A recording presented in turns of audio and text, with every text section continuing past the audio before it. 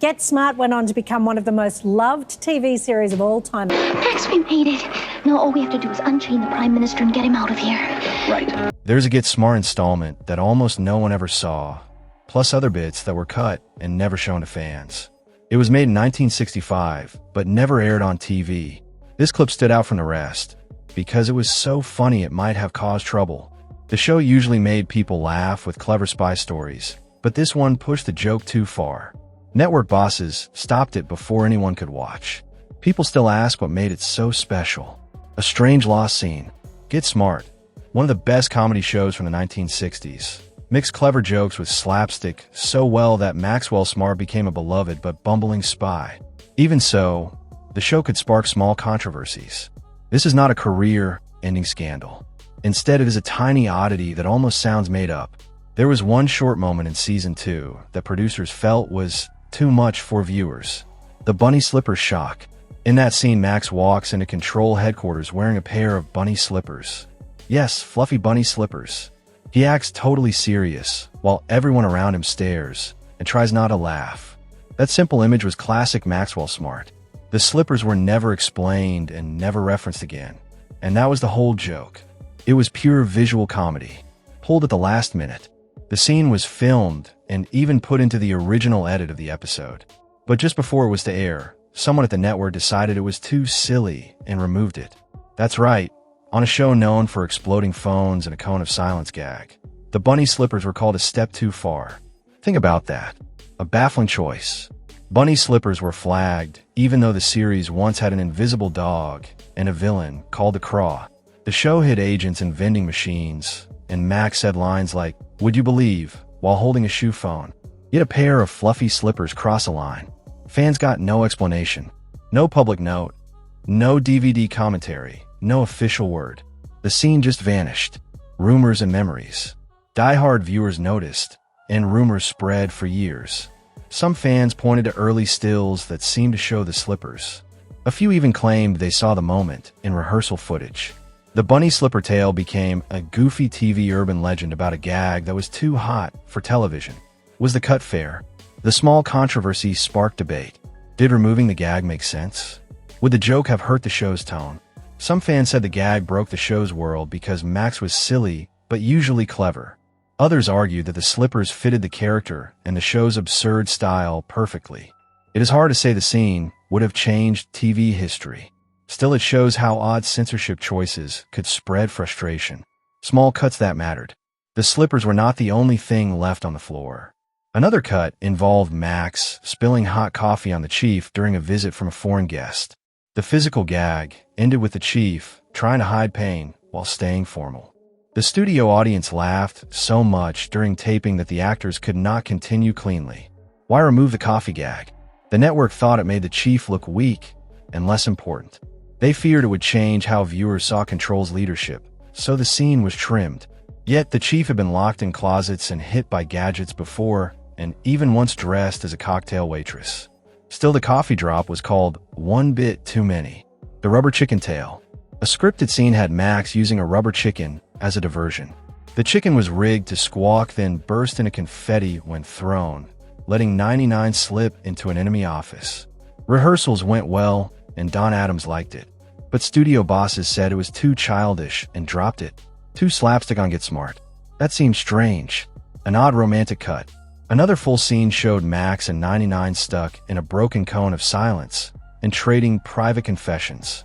It was a rare soft moment that hinted at more depth between them. Producers worried it made the episode feel too romantic for a spy comedy, and they pulled it. Fans had wanted more emotional beats between Max and 99, so that scene could have been a fan favorite.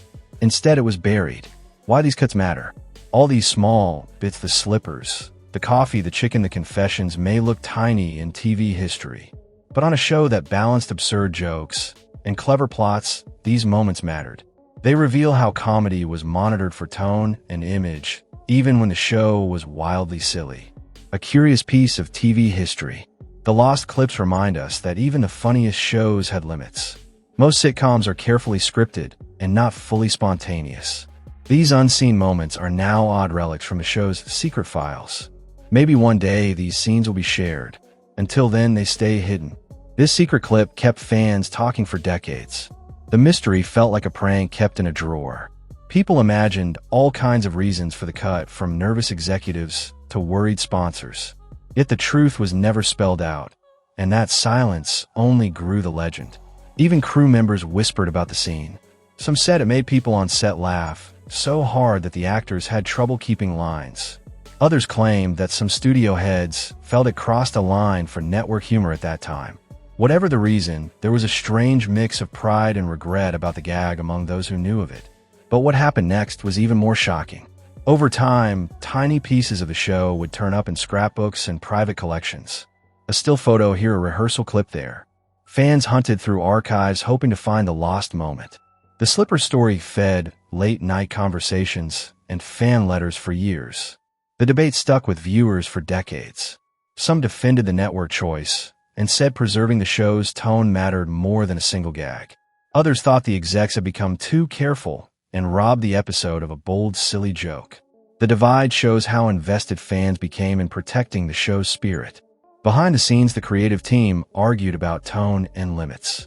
Writers and actors pushed for wild ideas, while executives tried to keep the series tied to what sponsors and advertisers expected. That tug of war shaped many shows then, and not just Get Smart. These cuts show how TV art and business clashed on even the smallest moments. Fans still hope for a release. The idea that these clips sit in a vault excites many viewers who want to see every odd bit of the show. Lost scenes like The Slippers are small keys to how TV comedy was made and how close shows came to being bolder. We may never know the full story, but the legend keeps the memory alive. These edits did more than hide jokes. They changed how some episodes flow and how some gags landed with the audience. A missing beat can alter a scene's rhythm and the show's overall feel. For viewers who love the odd and the absurd, these omissions still sting. The studio choices were often cautious. Executives worried about how sponsors might react and how local stations might respond. That caution shaped many choices across TV then and now, and it explains why some scenes stayed unseen for so long. Still, the show left a lasting legacy. Get Smart kept making people laugh, and it influenced many later comedies. Its mix of visual humor and clever lines became a model for other shows to balance jokes with story. The lost clips are a small footnote to a big influence. There's a real charm in the unknown. The bunny slippers are silly, but they show that comedy can risk taking odd chances. The lost moments remind us of the little choices that shape what viewers see and what they do not. Those missing pieces keep fans talking and dreaming about the world of the show. A classic origin story. Get Smart premiered in 1965 during a golden era of TV, and it soon became one of the most creative comedy shows of its time. Created by Mel Brooks and Buck Henry, the show replied to the rising popularity of spy stories that followed James Bond films. The timing was right because the era felt tense and spy tales were on many minds. A funny idea that stuck. By mixing comedy with spy drama, the creators offered a fresh and lighter way to look at espionage and secret work.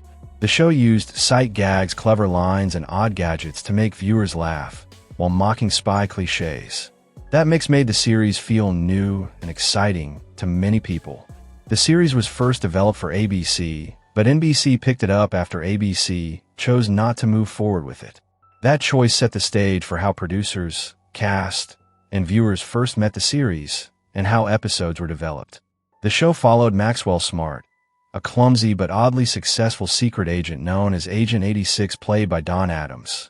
Adams gave Smart a voice and a look that made the character stand out, pairing flat delivery with physical comedy that made people laugh. His small moves and big facial reactions turned short sketches into long laughs that people still talk about today. Smart worked for Control, a made-up American counterintelligence agency that was always fighting its global rival KOS. KOS was a secret enemy group that wanted to control the world, which gave the writers a silly but clear threat to use each week. The ongoing fight gave the show a clear goal each time and let writers craft strange plans and clever traps for the heroes. Agent 99 stepped in as Smart's partner and hero, played by Barbara Feldon, who brought calm and clever presence to the role. She broke the usual pattern for women in spy shows by being able and reliable while also fitting into the jokes and plots. She often stepped in with quick thinking that kept plots moving and made key scenes land with both heart and humor. Why the show worked so well. The writing mixed sharp jokes with sight gags, so it felt both smart and silly at the same time. Writers used wordplay and slapstick to reach many kinds of viewers who could enjoy the same moments for different reasons. This balance helped the show feel clever without being hard to follow, so many fans could enjoy it right away. Catchphrases became part of the fun. Lines like, "Would you believe?" and "Missed it by that much" stuck in people's minds and helped the show live on in memory and culture. Those catchphrases turned short scenes into moments people would repeat around town and at work, which kept the show alive in everyday talk. The gadgets were a big part of the charm, and they looked like playful tools more than real devices. The shoe phone became a symbol of the series and showed how the creators loved twisting spy ideas into strange and funny props. These gadgets were silly but smart because they let the show poke fun at spy films while still showing clever design ideas. Casting made a huge difference for the show's appeal. Don Adams was the center with a style and timing that fit the gags, while Barbara Feldon and Edward Platt gave the show balance and energy that helped scenes land.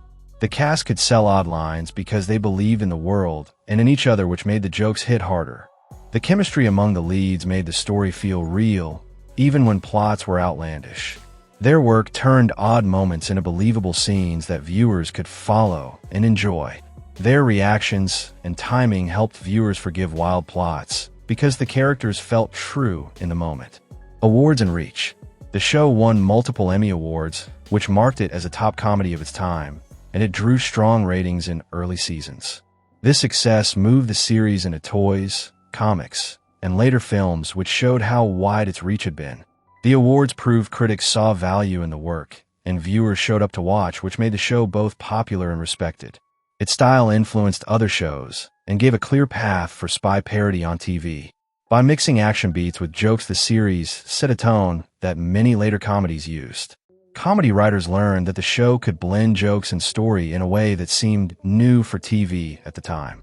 But the show hit bumps later on as time and taste shifted. Get Smart ran from 1965 to 1970, and the changing TV world made it hard to stay the same and still feel new to viewers. New shows and changing times meant networks and writers had to try new things or risk losing viewers to fresher ideas. The network changes mattered too when the final season moved to CBS after 4 years on NBC. That change brought budget limits and production shifts that changed how episodes were made and sometimes how they felt. The move to a different network also changed who watched and how the series was sold, which mattered for its future reach. Competition grew with new shows that offered different stories, and viewers began to want programs that tackled more serious topics. Get Smart kept its light tone, and that made it feel out of step for some who wanted deeper or more topical stories.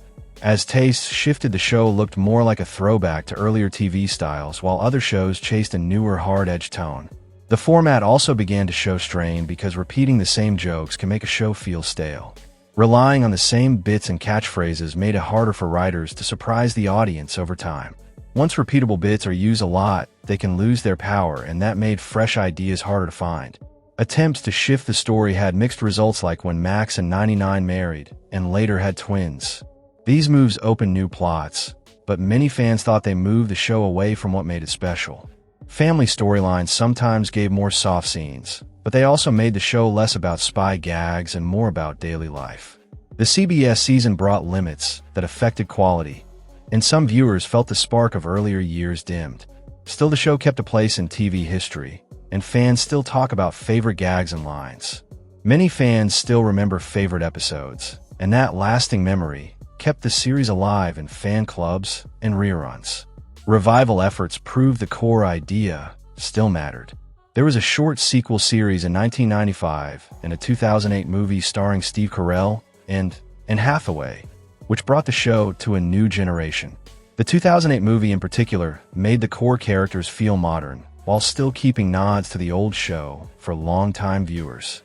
Get Smart left a template for self-aware comedy that is still visible today. Many later shows borrow the idea that jokes can come from genre rules while also poking fun at them. This idea of self-aware humor helped comedy evolve by showing it could make fun of itself while still moving a plot forward. But the show had real faults too. Critics pointed to repeated gags and formulaic plotting that sometimes made episodes feel weaker or less original, which helped shape later criticism. These faults explain why some TV critics point to the series as both a brilliant idea and a show that often failed to renew itself. The characters could feel flat at times because there was little long-term change or growth. Max often stayed the same bumbling hero, while 99 often did not get the focus she deserved, which limited her broader role. When characters do not change, TV stories can lose tension, which is why some viewers wanted longer arcs and more growth. Modern viewers also noticed the lack of diverse casting with very few actors of color, and many roles that read as flat or stereotyped today, which looks like a real flaw now. Today, that lack of diversity reads as a clear blind spot, and modern viewers often call it out when they rewatch older series. Tone and pacing sometimes wobbled when episodes piled on too many jokes, or when chase and gadget sequences stretched too long. This could make some episodes feel uneven and take away from tighter comic setups. Good comic timing relies on pacing, and the show sometimes traded tight jokes for longer bits that did not land as well. The emotional depth question matters too. Get Smart was mostly farce, and it rarely offered moments of deep feeling or change, which left some viewers wanting more meaning from its stories.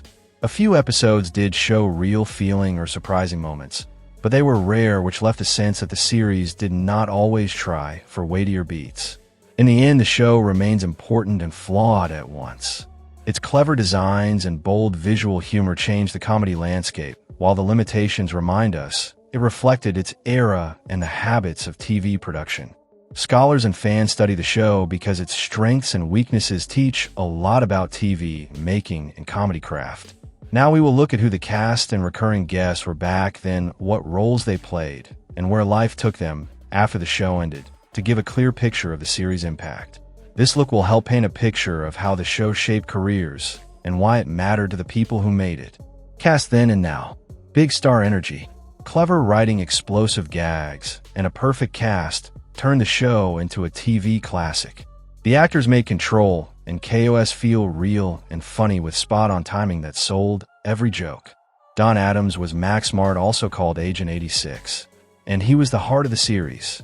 His dry voice and small physical beats turned tiny actions into huge laughs and made the character instantly memorable.